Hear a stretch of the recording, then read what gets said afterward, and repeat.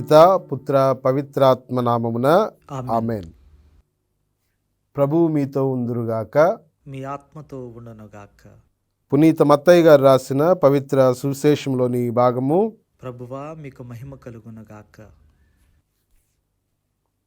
పునీత మత్తయి గారు రాసిన శుభవార్త 12వ అధ్యాయము 46వ వచనం నుండి 50వ వచనం వరకు.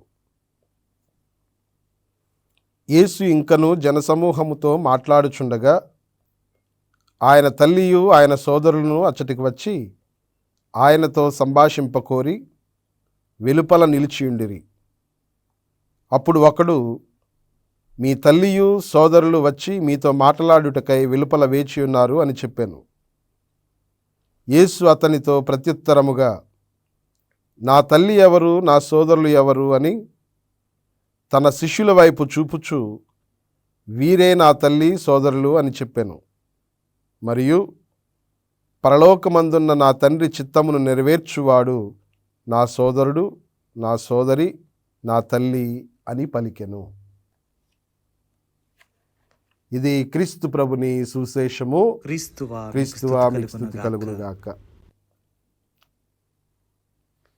క్రీస్తునాథుని యందు ప్రియ సహోదరి సహోదరులారా, దేవుని యందు ప్రియ విశ్వాసులారా, ఈరోజు మనం విన్నటువంటి పరిశుద్ధ గ్రంథ పఠనము, మరి ముఖ్యంగా సువిశేష గ్రంథ పఠనము క్రీస్తు ప్రభుని యొక్క ఆత్మీయమైనటువంటి బంధుత్వాన్ని గురించి మనకు చాలా స్పష్టంగా తెలియజేస్తూ ఉంది. ఈ యొక్క వాక్యముతో చాలామందికి ఇబ్బందికరముగా ఉండొచ్చు, కానీ క్రీస్తు ప్రభు చెప్తూ ఉన్నటువంటి మాటలను మనము సరిగా అర్థం చేసుకుంటే ఎంతో ఆనందానికి, సంతోషానికి గురయ్యేటువంటి మాటలను ప్రభు ఈరోజు సువిశేషంలో మనకు తెలియజేస్తూ ఉన్నారు. పరలోకమందున్న నా తండ్రి చిత్తమును నెరవేర్చువాడు నా సోదరుడు, నా సోదరి, నా తల్లి, అంటే నా కుటుంబము అని. ప్రియ సహోదరి సహోదరులారా, దేవుడు తన తల్లిని ఇక్కడ తక్కువ చేసి మాట్లాడలేదు అనేటువంటి విషయాన్ని ప్రతి ఒక్కరూ కూడా మొదటి నుండే వారి యొక్క మనస్సులలో పదిలపరచుకోవాల్సినటువంటి విషయం. మరియ తల్లిని ఆయన ఈ మాటలు చెప్పడం ద్వారా మరింతగా ఆమె యొక్క స్థితిని హెచ్చించారు అని చెప్పటంలో ఎటువంటి సందేహం కూడా లేదు. కాబట్టి దేవుని యొక్క మాటలను బట్టి, ప్రభు యొక్క మాటలను బట్టి ప్రతి ఒక్కరము కూడా ఆయన కుటుంబంలో, ఆయన ఆత్మీయమైనటువంటి బంధువర్గంలో చేరడానికి ప్రతి ఒక్కరము కూడా శాయశక్తుల ప్రయత్నం చేయాలి అని ఈరోజు వాక్యం మనకు తెలియజేస్తుంది. ఎవరు ప్రభుని యొక్క బంధువులు అవుతారు, ఎవరు ప్రభుని యొక్క బంధువర్గంలో చేరగలుగుతారు అంటే, మొట్టమొదటిగా ప్రభువు చెప్పినటువంటి మాటలు దేవుని యొక్క చిత్తాన్ని చేయువారే యేసు ప్రభు యొక్క కుటుంబము. ఆయన కుటుంబంలో చేరడానికి మనకుండవలసినటువంటి అర్హత, క్వాలిఫికేషన్ అంటారు కదా, మనకుండవలసినటువంటి క్వాలిఫికేషన్ లేదంటే అర్హత జాతో, కులమో, మతమో, ఆస్తిపాస్తులో, సంపాదనలో కాదు. కానీ మనకుండవలసినటువంటి అర్హత, ప్రియ సహోదరి సహోదరులారా, దేవుని యొక్క చిత్తము ప్రకారము జీవించటం. ఇదొక్కటే ప్రభుని యొక్క కుటుంబ సభ్యులుగా మనలను చేస్తుంది. ఇదొక్కటే మనలను ప్రభుని యొక్క ఆత్మీయమైనటువంటి బంధువుగా దగ్గర చేరుస్తుంది అన్నటువంటి విషయాన్ని ప్రభు ఈరోజు మనకు తెలియజేస్తూ ఉన్నారు. మత్తయి సువార్తలోనే 7వ అధ్యాయము 21వ వచనంలో ప్రభువు చాలా స్పష్టంగా చెప్తారు. ఏమని? ప్రభు అని నన్ను సంబోధించు ప్రతివాడును పరలోక రాజ్యంలో ప్రవేశించడు, కానీ పరలోకమందలి నా తండ్రి చిత్తాన్ని నెరవేర్చువాడే పరలోక రాజ్యంలో ప్రవేశిస్తాడు అని. కాబట్టి ప్రభుని యొక్క బంధువుగా, ఆత్మీయుడుగా నువ్వు చేరాలి, అవ్వాలి అంటే నువ్వు చేయాల్సిన మొట్టమొదటి పని ఆయన తండ్రి యొక్క చిత్తాన్ని నువ్వు నేను తూచా తప్పకుండా పాటించాలి. ఇక రెండవదిగా ప్రియ సహోదరులారా, మరియ తల్లిని గురించి మనం ధ్యానం చేస్తే, మరియ తల్లి దేవుని యొక్క చిత్తానికి విధేయించింది. మరియ తల్లి యొక్క గొప్పతనము, లేదంటే దేవుడు మరియ తల్లిని వెచ్చించింది ఆమె క్రీస్తు ప్రభునకు జన్మనివ్వడం ద్వారా కాదు, కానీ అంతకు ముందే దేవుడు ఆమెను హెచ్చించి క్రీస్తు ప్రభువుకి తల్లిగా ఉండడానికి దేవుడు ఎన్నుకున్నాడు. అది ఆమె యొక్క గొప్పతనం. అందుకే మనం వాక్యంలో చదువుకుంటూ ఉంటాం. లూకాసు వార్త 1వ అధ్యాయము 38వ వచనంలో దైవదూత సందేశాన్ని స్వీకరించినటువంటి తరువాత మరియ తల్లి చెప్తూ ఉన్నటువంటి మాటలు, ఇదిగో నేను ప్రభువు దాసురాలను, నీ మాట చొప్పున నాకు జరుగునుగాక. నేను ప్రభు యొక్క దాసురాలను, నీ మాట నా మాట, నీ చిత్తమే నా చిత్తము అని ఆమె మాట్లాడగలిగింది, మాట ఇవ్వగలిగింది. అందుకు దేవుడు ఆమెను మహోన్నతముగా వెచ్చించాడు. దేవుని యొక్క చిత్తము తన యొక్క చిత్తముగా జీవితకాలమంతా కూడా జీవించింది కాబట్టి, ముందు నుంచి ఆమె జీవిస్తూ ఉంది కాబట్టి దేవుడు ఆమెను వెచ్చించాడు. ఆమె దేవుని యొక్క చిత్తము ప్రకారం జీవించింది. రెండవదిగా లూకాసు వార్తలను 1వ అధ్యాయము 45వ వచనంలో ఎలిజబెత్ అమ్మ మరియ తల్లిని చూసి మాట్లాడినటువంటి మాటలేంటి? ప్రభువు పలికినటువంటి పలుకులు నెరవేరుతాయని విశ్వసించినటువంటి నీవు ఎంత ధన్యురాలవు. ప్రియ సహోదరి సహోదరులారా, మరియ తల్లి నిరంతరము దేవుని యొక్క శిష్యురాలిగా, దేవుని యొక్క చిత్తాన్ని నెరవేర్చినటువంటి ప్రథమ శిష్యురాలుగానే జీవించింది. కాబట్టి ఆమె మరియ తల్లి దేవుని యొక్క చిత్తానికి విధేయించినటువంటి ప్రభుని యొక్క శిష్యురాలు. ఇక మూడవదిగా ప్రియ సహోదరులారా, పరిశుద్ధ గ్రంథం అంతా మనకు తెలియజేసేది, మనము చాలాసార్లు అపోహపడేటువంటిది వాక్యాన్ని వింటే సరిపోతుంది అనేటువంటి భ్రమలో బ్రతికేటువంటి మనకి ప్రభు ఈ రోజున చెప్తూ ఉన్నారు.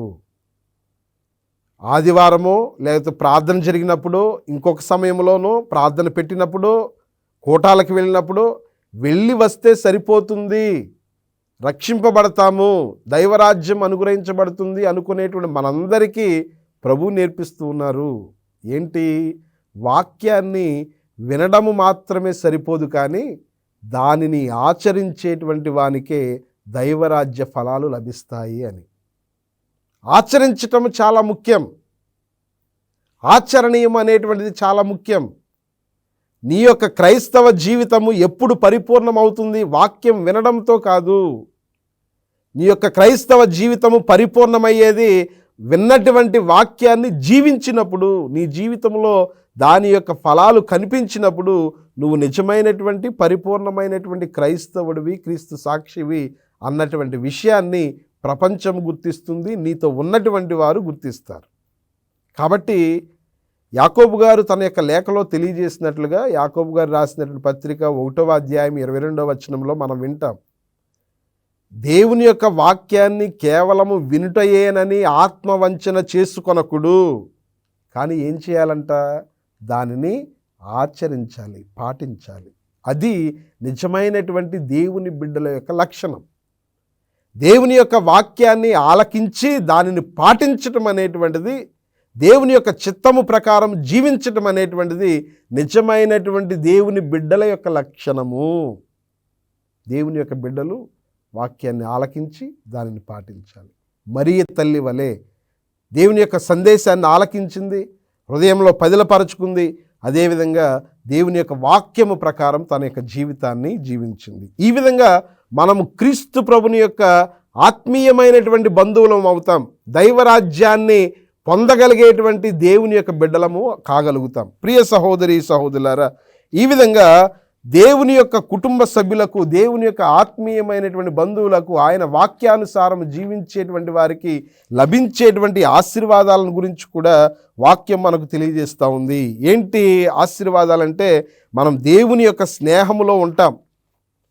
యోహాను గారు రాసినటువంటి శుభవార్తలో 15వ అధ్యాయము 14వ వచనంలో మనం వాక్యాన్ని చదువుతూ ఉన్నట్లుగా, నేను ఆజ్ఞాపించు వానిని పాటించినచో మీరు నా స్నేహితులై ఉందురు. దేవుని యొక్క ఆజ్ఞలను మనం పాటిస్తే ప్రభు యొక్క స్నేహితులం అవుతామంట.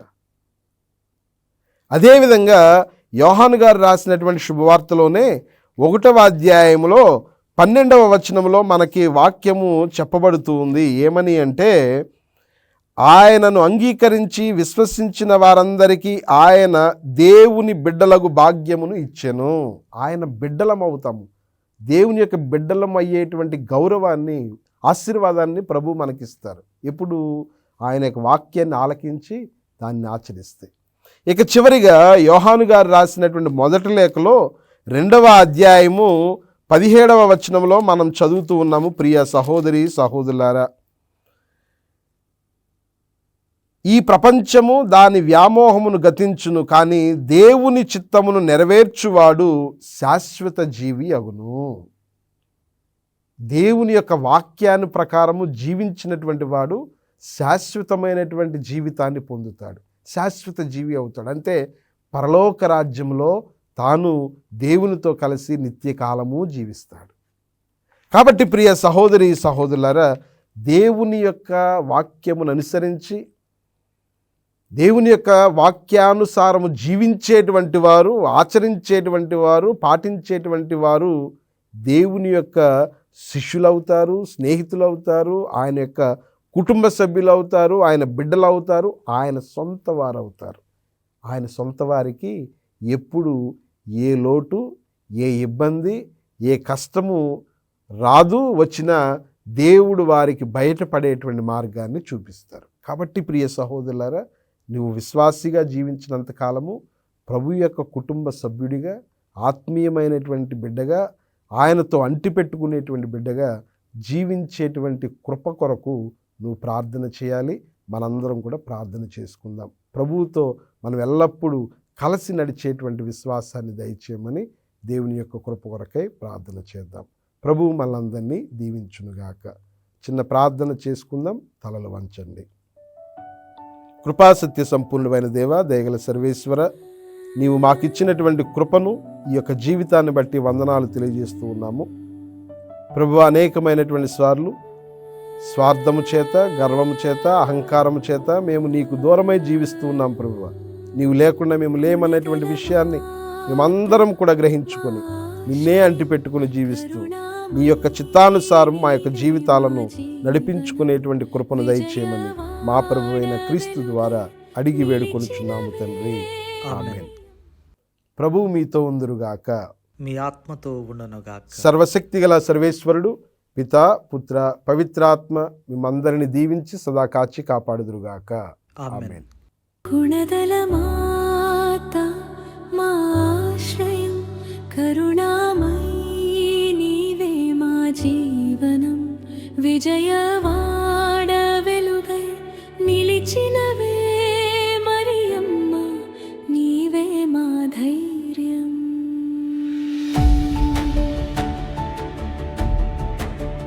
కొండపై వెలసిన పవిత్ర రూపం, కోట్ల హృదయ